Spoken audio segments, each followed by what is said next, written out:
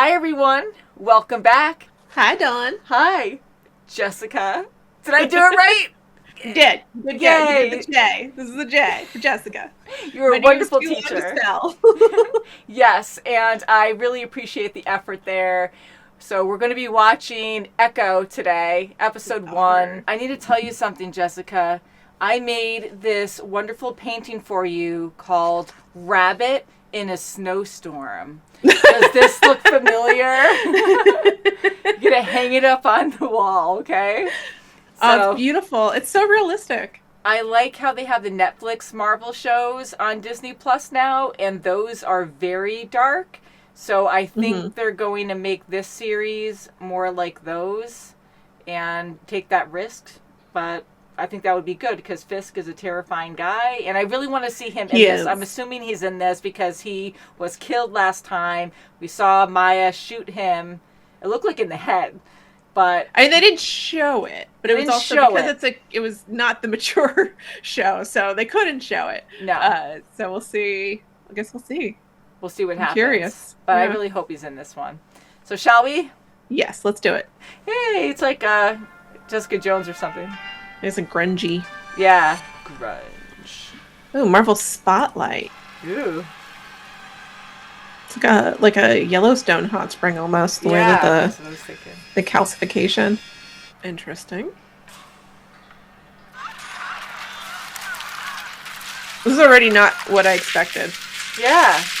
A creation myth or something? The mud's flaking off. Yeah, I think it might be. There's Graham Greene. And ran straight into the Red River barrage. What do you say?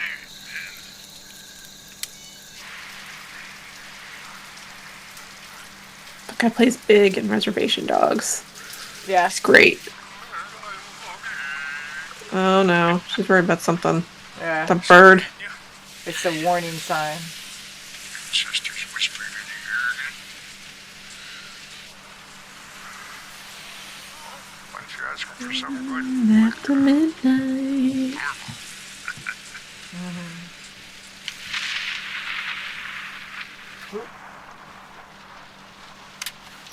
Oh no! Breaks. No! Oh my god. I actually had that happen to me. Oh my god! Oh! I was literally just thinking to myself, how does this nice family turn into something where he ends up like working for Fisk? Oh. And I'm like, yeah, something like this would do it. Oh, is this where she loses her leg? Oh no. Man. It happens so fast. Yeah, you never know. I was very lucky. My brakes went out once, and it was a very controlled situation where no one was around me, and I had to use my e-brake to slow down. And it took a long time, but luckily, again, no one was around me, and yeah, it's scary. I can't imagine being that young and having to witness something like that. Yeah.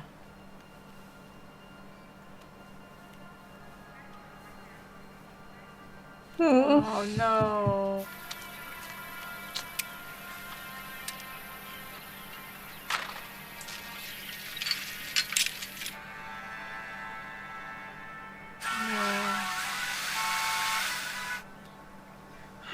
No, maybe they are, but dragons live in a different world.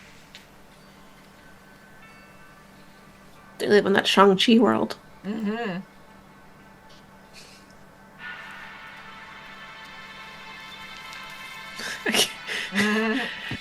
It's so funny because like the tracksuit mafia is an objectively hilarious thing. Yeah. And this is such a terrible situation. I know. Tracksuit mafia exists. I know. It's wild to me that they managed to find someone that is an amazing actress, is Native American, is deaf, and is an amputee to play this role. Yeah. Like, like getting a couple of those things is probably really hard.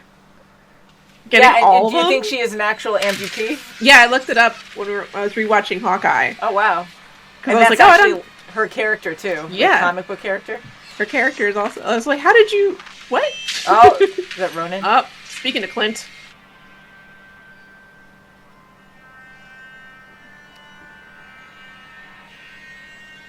To be like that in your last moment, it is so weird. Sound we take for granted. It's just so bizarre. She can't hear the commands.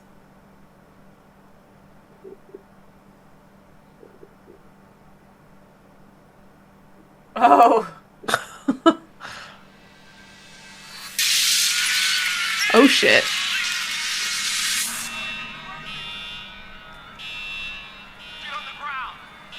Just to make a statement? Yeah, I don't know. Make sure she goes to jail? Is she trying to like... Is she trying to get Fisk's attention, maybe? Yeah. So I guess she wasn't working for Fisk while her dad was alive. He's back! He's so good. Something that I've... What are they called? The NDAs you would have to sign to be his ASL translator. Let me help you release this rage in a more constructive way. I'm about to hire her for some crime, so you gotta shush about it, lady. I'm just gonna translate it, and you remember nothing. Mm-hmm. Yep. The way he was looking at her, I'm like, hey. This isn't... Yep. Oh my god.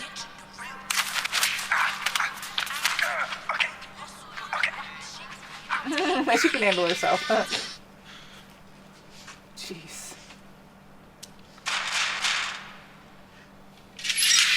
Kingpin thanks you for your loyalty. Oh! So that was the password.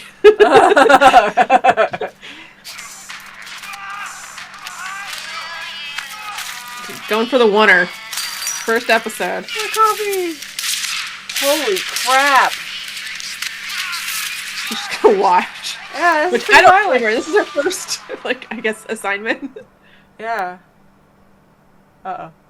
Oh, you'd like her to do something.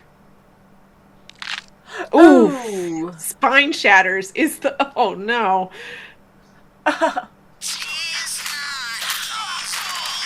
Ooh. Oh. Ooh. Nice job, kid. Oh, Daredevil! It's Daredevil! Oh my god, what a great surprise! Fucking... Better be Charlie Cox. Sure it is. Wow. Oof. Ah, with her prosthetic. Oh, yeah, because, oh, man. That was good. Oh, this is amazing! I don't think the whole thing is a oneer, but they're editing it so that it looks like a big one shot. Yeah. And it looks fantastic. It does. Holy freaking crap!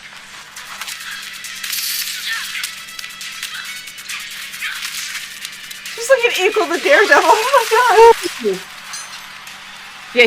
Yeah, they are occasional enemies in slash friends. Frenemies? They're frenemies in the comics. None of my men have ever held their own with him like that. You did better than even I expected. Bringing your father's killer to justice.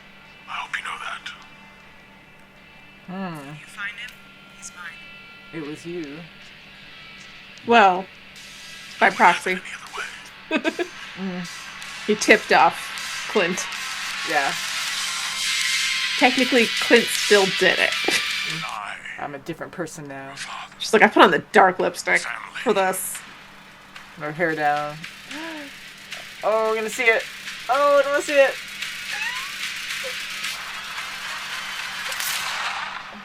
Dang, she did shoot him. Body thuds. Fisk is such a terrible villain. I mean, like, he's a great villain, but he's terrifying. Oh, yeah, he's a great villain. But I don't want him to die. Absolutely he's terrifying. Too good at being bad. And yeah, there's so few villains I feel like that you actually, like, fear. No. I tried, that's a story for later. Oh. Back to this. What? If my grandma finds out someone's squatting here, there's gonna be hell to pay. Maya? It's me, Biscuits! Maya? Is that how you do it? Biscuits? Is his name really Biscuits? Iron Rings Martial Arts. It wasn't 10 rings, but it was Iron Rings. Yeah. Devery Oh, I like that. Jacobs. Devery Jacobs. A little Saturn around it. Make America skate again.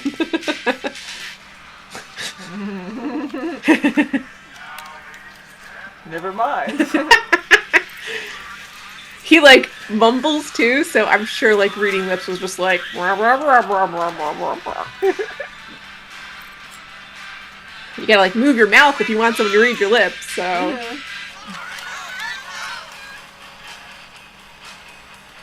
Use your core. Black Rose Skate Life.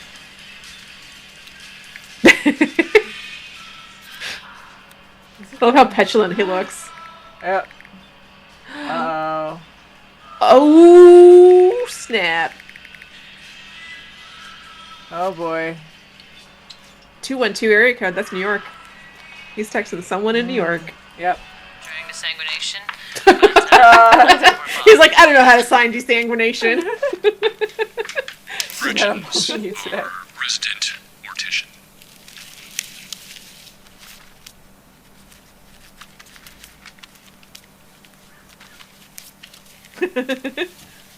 Oh, boy. Do you want a body fix? Do you want a body gone?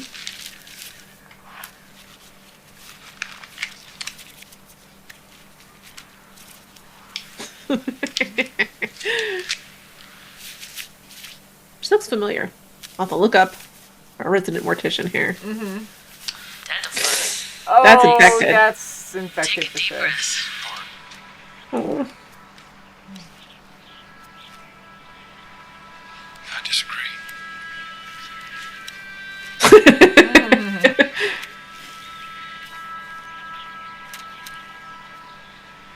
I really like her jacket. It's almost like purple. It is. I like it too. I won't bring war here to the people I love and who love you. Why are you doing this?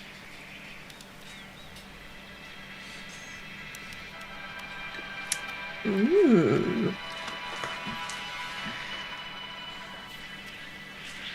Oh, I don't know if it's a good thing though. So King Killer wasn't exactly That's the label. accurate. Yeah. I wonder if people know if that he's being worked on or something. Wow. So what did you think? I liked it. I kind of wish they had a little less flashback stuff in there. Mm-hmm. Because I would have liked to get to the meat of the story. But otherwise, yes, too. I enjoyed it. I enjoy seeing her backstory, but yeah, I agree. Like, the pacing was decent, but it was still slow all the way through. And I do like... I like Maya a lot. She has a very sad story. I got really excited to see Daredevil. I love Matt Murdock. But that part I was love great. Daredevil, and Yeah. that was great. The backstory stuff, like, I'm fine with the backstory stuff. It was mostly the flashback to, like, Hawkeye and everything. It was like, I literally just watched it. I know. Like, maybe if I hadn't rewatched it, I would have been like, oh, this is, like, refreshing. Thank you. I agree. I wish I rewatched Hawkeye because I watched it once on the channel when it first came out, and it's an excuse, but we watched so many things that there were a few details I didn't recall, but I'm glad you did recently watch it so you can, like, fill me in. But yeah, so it must be different for you, like, just seeing those scenes, and they were familiar to me, but the first one I didn't recognize right away until you said that it was from Hawkeye, and I'm like, alright, I think it looks familiar, but I think we're going to hopefully get into the story more next time, because I think there's only 5 episodes. Yeah, I think it's really short. Yeah, I believe so. I'm not positive how many, but...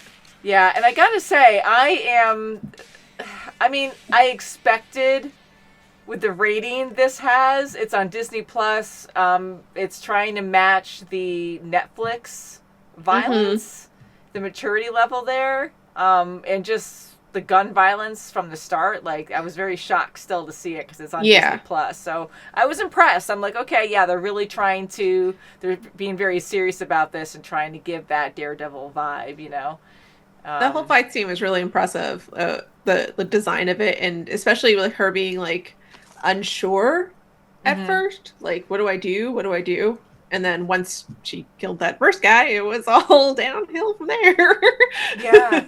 You know, that was very well done, and transitioning back and forth between what she's experiencing and everyone else, and the fact that she's deaf and she can really read people, and she stays calm even if she doesn't really know what's going on, and she can quickly, you know, figure it out as she goes. And I just thought that was neat to actually, because even though we understand what she has a handicap or she can't hear, like, we know that about her, but to actually experience that with her is just a different level of understanding. And it's like, oh, okay, yeah, like, it's very surreal, and it's I hope they continue to do that. Me too. I really hope so, because it was not distracting in this. It was smooth on going from what we can hear and what she can't, and then it would like blend very well to what she was experiencing. And her exchange with Daredevil was really cool too, because, you know, he's talking to her and she can't hear him, and he doesn't know that she can't hear, right? So they're fighting back and forth, and I don't think he knew the whole time, of course, like, they're fighting, but it was cool going back and forth with both of them. And like you said, it was a continuation. Like, it seemed like a one-shot scene. And I know they probably did some tricks there. Oh, yeah. The pan swipes, that's definitely a place where they cut and then edited. Yeah, but it was still really well done. Like, if you didn't know it, you wouldn't know it. Like, it was almost seamless. You know, they did it very well. They did super well. And my jaw dropped. I was like, yeah, this is incredible. Everything just felt very smooth. The whole fight felt very smooth. And I appreciate that we're moving away from like shaky cam fights and stuff. Because, oh my gosh, do I not like shaky cam fights? Because you can't tell what's happening in a shaky cam fight. You know, sometimes it's okay, but other times, yes. Like, it's very distracting. And this is not even to do with the fight, but we recently saw Fast and the Furious, and you guys, like, thank you for subscribing and watching our channel. Most of you know that videos come out on our Patreon first as a full uncut reaction. They're a whole lot easier to create before making a super edited version for YouTube. So Fast and the Furious is not out on YouTube yet, but it is on our Patreon. So anywho, we did recently see that, just to get that out there, because I know when I say things like this, sometimes fans are like, oh, I haven't seen it on YouTube, but that's on our Patreon. And they have scenes a lot where they have the shaky cam when they're driving fast, and it's like, I started joking around, and I'm like, oh wow, the cameraman's really trying to keep up with the cars, because it's like, like the whole time, and I was like, I want to say, I don't know if Born Identity started the trend, but I think it popularized the trend of the shaky cam thing. They were using it before that, but like that was like, I think the big thing. We're like, oh man, we all got to do shaky cam fights now. Kind of like Matrix came out and we're like, we all got to do slow-mo fights. Oh yeah, with the cameras, like the multiple cameras like going around you. Yeah, so for a while that was the style for like everything, and I really much prefer stuff like this where you get to like really see the action, especially when like it you show it here with Daredevil and Maya that people have different styles. And I really love when you get to see that, like, you know, someone maybe is more efficient. Like Daredevil here is very much like bam, bam, bam. Like, he knows strong, what he's doing. Like very hard punches. He came in with that specific thing. Maya's still confused a little bit. Like she knows how to fight, but like this is her first time doing this kind of stuff. And then some guy in a mask pops in and she can't hear what he's saying. And like there's still like a confusion to her reactions. Like she's reacting to him. Yeah, So and she's keeping up with him. Like, they're equally matched. If she's not even more skilled than him. Like, again, like, she's confused. So she... But like, you get to see the visual of that. And so I feel like when you can't see the fight, you can't see the visual of how, like, distinct people's reactions are, you know? Mm-hmm. So I'm glad we get to see it. I'm glad we get to see visually. It was well done. Yeah, agreed. Absolutely. And I was just so impressed seeing their fighting skills and how they were equally matched. And again, like with Echo, I just think she's definitely going to grow and be even better later on. So I hope we see more of Daredevil, and it's going to be a lot more challenging for him the next time they possibly meet up, you know? And you said they have a relationship, like a frenemy relationship, in the comics, right? Yeah, she's mostly, you know, a good guy, but Daredevil's Daredevil, so he's got his way of doing things. I know, they have a little different perspectives on things, so that can definitely, you can butt heads that way. So that'll make an interesting season, but I'm being, you know, I'm overthinking things and getting spoiled now, so I want more.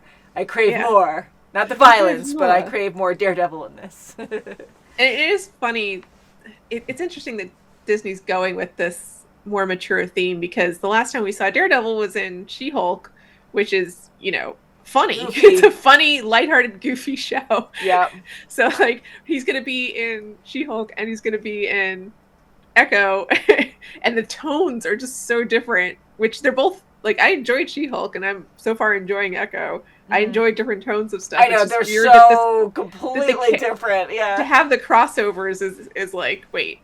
Yeah, because you even mentioned that, because you were like, oh, you don't think there's going to be a crossover with certain characters because this might be too dark for that, but it's still considered the MCU, I guess. I mean, it's fun seeing that Matt Murdock, that, you know, Charlie Cox is actually playing Daredevil again in the MCU. Like, it's official now. And I'm hoping that we can see Jessica Jones down the road, like maybe Luke Cage. And I don't know how far, you know, fans could push that, because I know a lot of fans have been, like, asking for that. But just to have Daredevil, the one that we love from Netflix, I think that's amazing. And I really enjoyed him with She-Hulk. I thought that was fun. But yes, it was a completely different show. But now seeing Matt in Echo, I'm like, okay, this opens up all kinds of possibilities where we can see any character. Yeah.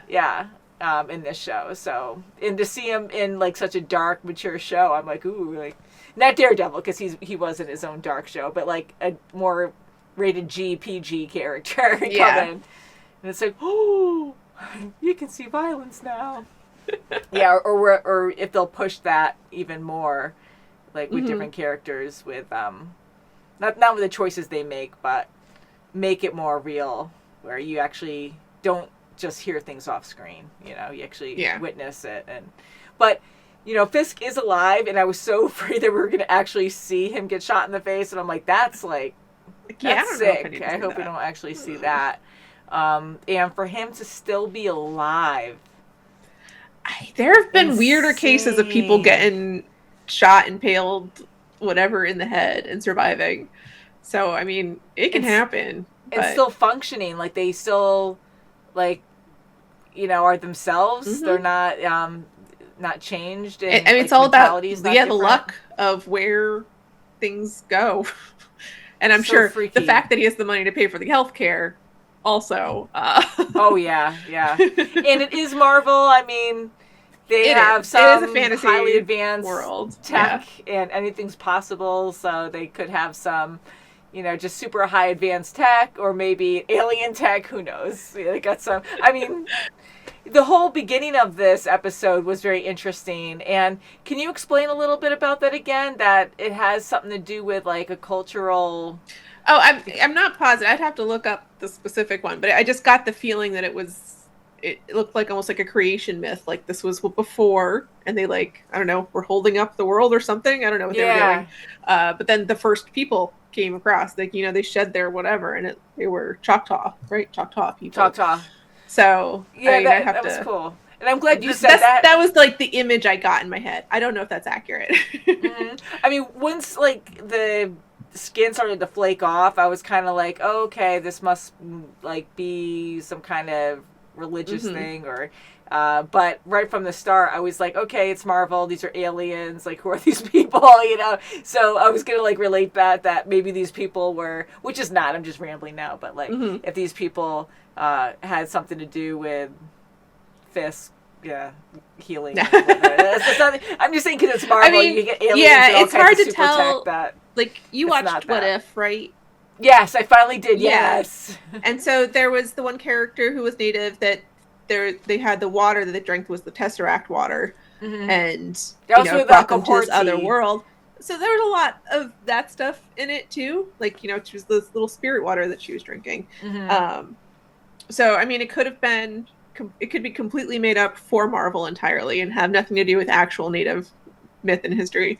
So that was just the image that I got in my head when I was watching it. Was like, oh, is this like an origin? I mean, every culture has them. So it was visually fun to watch, and just a different way to start a show.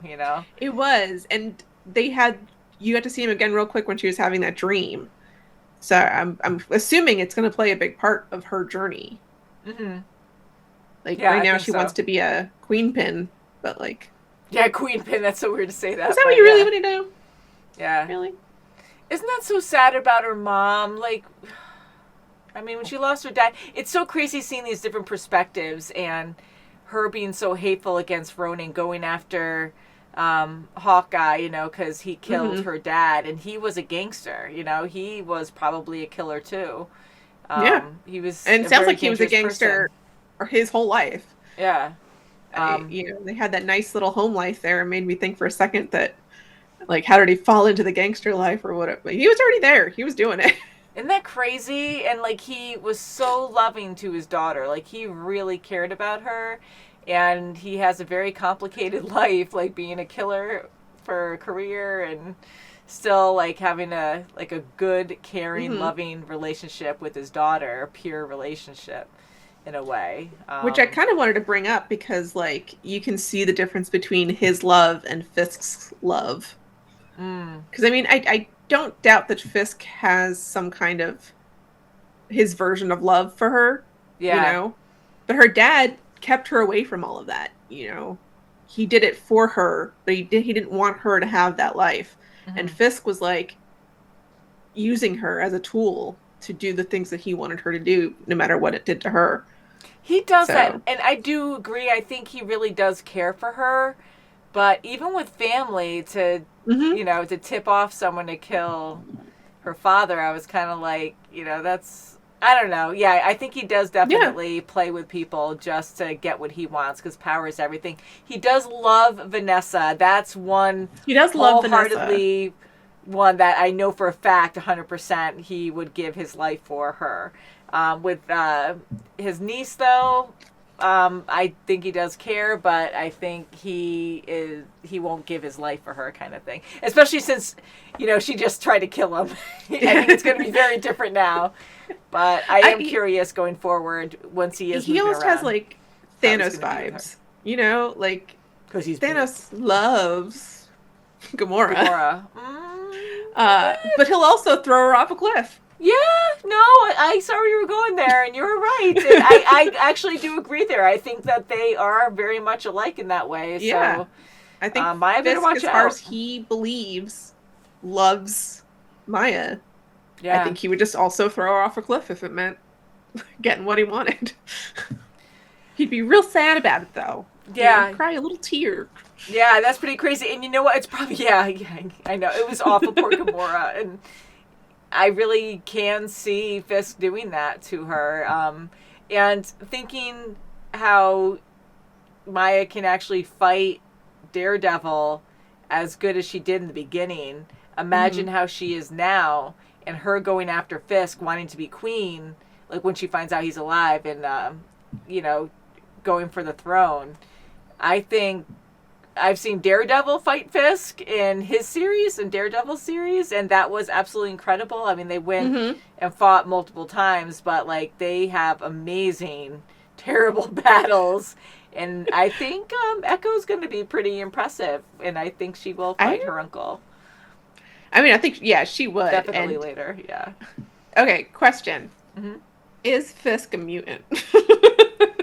I wonder, is that like a normal question? Because I'm sure that's like a big question people ask. I say like, no. But go ahead. I just watched Hawkeye, and Kate I knew you were going. Shot him with an arrow, I knew and he's just like, I'm like, all right, dude. Okay, so this is the thing.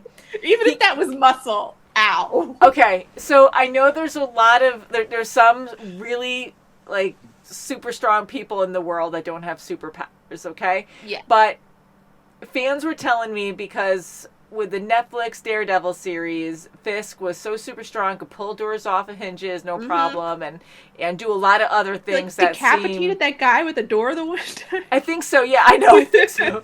But he did so many like extraordinary things, and I was like, he has to have like superhuman strength and some kind of other superpowers where he's so hard to kill. And a lot of fans were saying it's not that he has superpowers, but he's a comic book villain, and he just... yeah. But still, I know they explained it well, but it still comes down to that he's not normal, you know? Yeah, because he's still super strong.